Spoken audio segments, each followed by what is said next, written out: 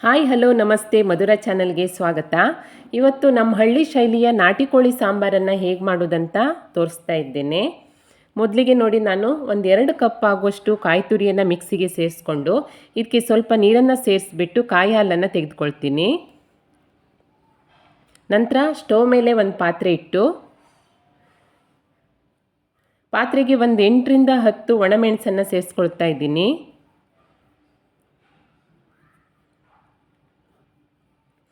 ನಂತರ ಇದಕ್ಕೆ 2 table spoon ಧನಿಯಾ, 1 table spoon ಜೀರಿಗೆ,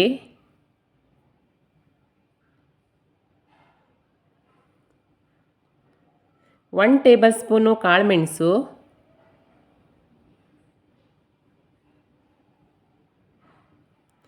ಅರ್ಧ ಟೇಬಲ್ ಸ್ಪೂನು ಸೋಂಪು ಕಾಳು, 1 ಟೇಬಲ್ ಸ್ಪೂನು ಗಸಗಸೆ, ಇವಿಷ್ಟನ್ನು ಸೇರಿಸ್ಬಿಟ್ಟು ರೋಸ್ಟ್ ಆಗೋ ತನಕ ಚೆನ್ನಾಗಿ ಫ್ರೈ ಮಾಡ್ಕೊಳ್ತೀನಿ.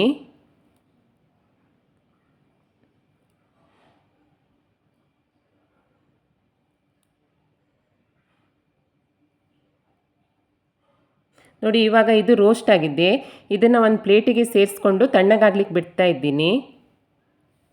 ನಂತರ ಅದೇ ಪಾತ್ರೆಗೆ 1.5 ಟೇಬಲ್ ಸ್ಪೂನ್ ಆಗೋಷ್ಟು ಎಣ್ಣೆಯನ್ನು ಸೇರಿಸ್ಕೊಳ್ತೀನಿ.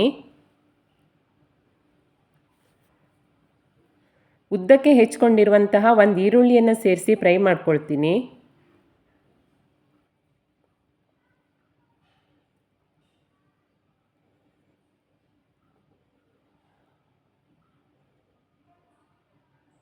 ಈರುಳ್ಳಿ ಸ್ವಲ್ಪ ಫ್ರೈ ಆದ ನಂತರ ಇದಕ್ಕೆ 8ರಿಂದ 10 ಎಸಳಾಗುವಷ್ಟು ಬೆಳ್ಳುಳ್ಳಿಯನ್ನು ಸೇರಿಸ್ಕೊಳ್ತೀನಿ. ಅದೇ ರೀತಿ ಚಿಕ್ಕ ಶುಂಠಿಯನ್ನು ಸೇರಿಸ್ಬಿಟ್ಟು ಮತ್ತೆ ಫ್ರೈ ಮಾಡ್ಕೊಳ್ತೀನಿ.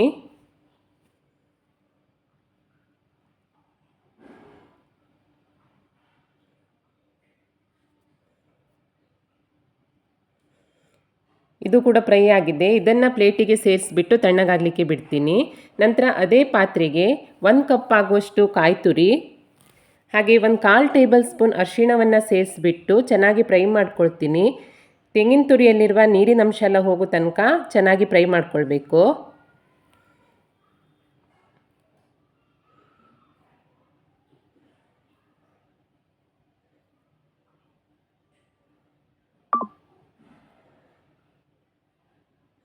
ನೋಡಿ, ಇವಾಗ ಕಾಯಿ ತುರಿ ಕೂಡ ಕಲರ್ ಚೇಂಜ್ ಆಗಿ ಫ್ರೈ ಆಗಿದೆ. ಇವಾಗ ಸ್ಟವ್ ಆಫ್ ಮಾಡಿ ಇದನ್ನು ಕೂಡ ತಣ್ಣಗಾಗಲಿಕ್ಕೆ ಬಿಡ್ತೇನೆ. ಇದಿಷ್ಟು ಪೂರ್ತಿಯಾಗಿ ತಣ್ಣಗಾದ ನಂತರ ಎಲ್ಲವನ್ನ ಮಿಕ್ಸಿ ಪಾತ್ರೆಗೆ ಸೇರಿಸ್ಕೊಳ್ತೀನಿ. ಇದ್ರ ಜೊತೆಗೆ ಸಣ್ಣ ಹುಣಸೆ ಹಣ್ಣನ್ನು ಸೇರಿಸ್ಬಿಟ್ಟು ನೀರನ್ನು ಹಾಕಿ ನುಣ್ಣಗೆ ರುಬ್ಕೊಳ್ತೀನಿ. ನಂತರ ಸ್ಟವ್ ಆನ್ ಮಾಡಿಬಿಟ್ಟು ಸಾಂಬಾರು ಮಾಡೋ ಪಾತ್ರೆಯನ್ನು ಇಟ್ಕೊಳ್ತಾ ಇದ್ದೇನೆ. ಇದಕ್ಕೆ ಒಂದು 4 ಟೇಬಲ್ ಸ್ಪೂನ್ ಆಗುವಷ್ಟು ಎಣ್ಣೆಯನ್ನು ಸೇರಿಸ್ಕೊಳ್ತೀನಿ. ನಂತರ ಚಿಕ್ಕದಾಗಿ ಹೆಚ್ಕೊಂಡಿರುವಂತಹ ಒಂದು ಈರುಳ್ಳಿ ಹಾಗೆ 1-2 ಹಸಿಮೆಣಸನ್ನು ಸೇರಿಸ್ಬಿಟ್ಟು ಫ್ರೈ ಮಾಡ್ಕೊಳ್ತೀನಿ.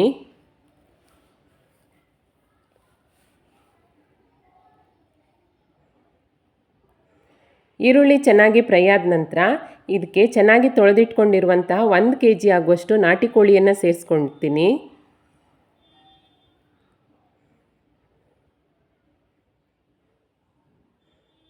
ಒಂದು ಅರ್ಧ ಟೇಬಲ್ ಸ್ಪೂನ್ ಆಗುವಷ್ಟು ಅರಿಶಿಣ ಹಾಗೆ ಸ್ವಲ್ಪ ಉಪ್ಪನ್ನು ಸೇರಿಸ್ಬಿಟ್ಟು ಫ್ರೈ ಮಾಡ್ಕೊಳ್ತೀನಿ.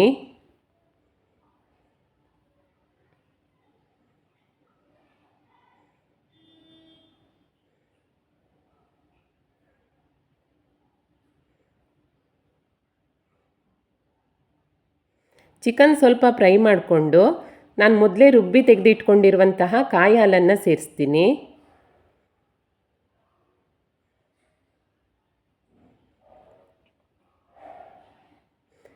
ಕಾಯಿ ಹಾಲನ್ನು ಸೇರಿಸ್ಬಿಟ್ಟು ಒಮ್ಮೆ ಚೆನ್ನಾಗಿ ಮಿಕ್ಸ್ ಮಾಡಿ ಒಂದು ಲಿಡ್ಡನ್ನು ಕ್ಲೋಸ್ ಮಾಡಿ ಒಂದು 25ರಿಂದ 30 ನಿಮಿಷ ಬೇಯಿಸ್ಕೊಳ್ತೀನಿ. ನಾಟಿ ಚಿಕನ್ ಬೇಯಲಿಕ್ಕೆ ಸ್ವಲ್ಪ ಸಮಯ ತೆಗೆದುಕೊಳ್ಳುತ್ತೆ. ನೋಡಿ, ಮಧ್ಯೆ ಒಮ್ಮೆ ಈ ರೀತಿ ತೆಗೆದು ಸ್ವಲ್ಪ ಕೈಯಾಡಿಸ್ಬೇಕು.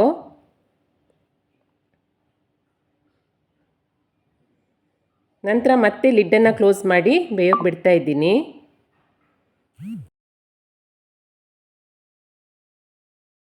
ಒಂದು 30 ನಿಮಿಷದ ನಂತರ ನೋಡಿ, ಚಿಕನ್ನು ಕಾಯಿ ಹಾಲಿನಲ್ಲಿ ಚೆನ್ನಾಗಿ ಬೆಂದಿದೆ. ಇವಾಗ ಇದಕ್ಕೆ ನಾನು ರುಬ್ಕೊಂಡಿರುವಂತಹ ಮಸಾಲವನ್ನು ಸೇರಿಸ್ಕೊಳ್ತೀನಿ.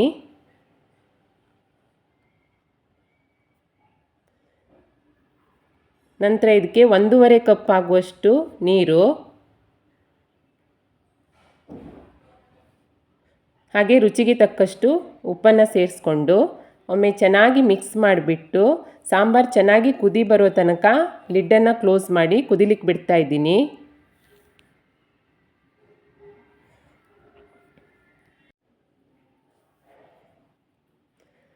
ಒಂದು 10 ನಿಮಿಷದ ನಂತರ ನೋಡಿ ಸಾಂಬಾರು ಚೆನ್ನಾಗಿ ಕುದಿ ಬರ್ತಾ ಇದೆ. ಇವಾಗ ಚಿಕ್ಕದಾಗಿ ಹೆಚ್ಕೊಂಡಿರುವಂತಹ ಕೊತ್ತಂಬರಿ ಸೊಪ್ಪನ್ನು ಸೇರಿಸ್ಕೊಳ್ತೀನಿ. ಒಮ್ಮೆ ಚೆನ್ನಾಗಿ ಮಿಕ್ಸ್ ಮಾಡಿಕೊಂಡ್ರೆ ನೋಡಿ ಸೈಡಲ್ಲೆಲ್ಲ ಎಣ್ಣೆ ಬಿಟ್ಕೊಂಡು ಸಾಂಬಾರು ಚೆನ್ನಾಗಿ ಕುದ್ದು ರೆಡಿಯಾಗಿದೆ. ರುಚಿ ರುಚಿಯಾದ ನಮ್ಮ ಹಳ್ಳಿ ಶೈಲಿಯ ನಾಟಿ ಕೋಳಿ ಸಾಂಬಾರು ರೆಡಿಯಾಗಿದೆ. ಈ ನಾಟಿ ಕೋಳಿ ಸಾಂಬಾರಿನ ವಿಶೇಷತೆ ಏನಂತ ಹೇಳಿದರೆ ಇದರಲ್ಲಿ ಚಿಕನ್ ಪೀಸ್ ತಿನ್ನೋದಕ್ಕಿಂತ ಈ ಸಾಂಬಾರು ಅಥವಾ ಗ್ರೇವಿ ತಿನ್ನೋಕ್ಕೆ ತುಂಬಾ ಸಖತ್ತಾಗಿರುತ್ತೆ. ಅದು ಇವತ್ತು ಮಾಡಿಬಿಟ್ಟು ನೆಕ್ಸ್ಟ್ ಮಾರನೇ ದಿನ ತಿನ್ನೋದಂದರೆ ಇನ್ನೂ ಸಖತ್ತಾಗಿರುತ್ತೆ.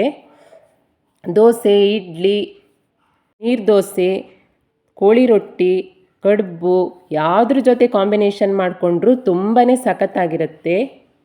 ಖಂಡಿತ ಒಮ್ಮೆ ಟ್ರೈ ಮಾಡಿ. ಈ ರೆಸಿಪಿ ನಿಮ್ಗೆ ಇಷ್ಟ ಆಗೇ ಆಗುತ್ತೆ. ಇಷ್ಟ ಆದರೆ ಒಂದು ಲೈಕ್ ಮಾಡಿ, ಶೇರ್ ಮಾಡಿ, ಹಾಗೆ ಕಮೆಂಟ್ ಮಾಡಿ. ಹೊಸದಾಗಿ ನಮ್ಮ ಚಾನಲ್ ನೋಡ್ತಿರೋರಾದರೆ ದಯವಿಟ್ಟು ಸಬ್ಸ್ಕ್ರೈಬ್ ಮಾಡಿಕೊಳ್ಳಿ. ಸಿಗೋಣ ಮುಂದಿನ ರೆಸಿಪಿಯಲ್ಲಿ. Thank you for watching.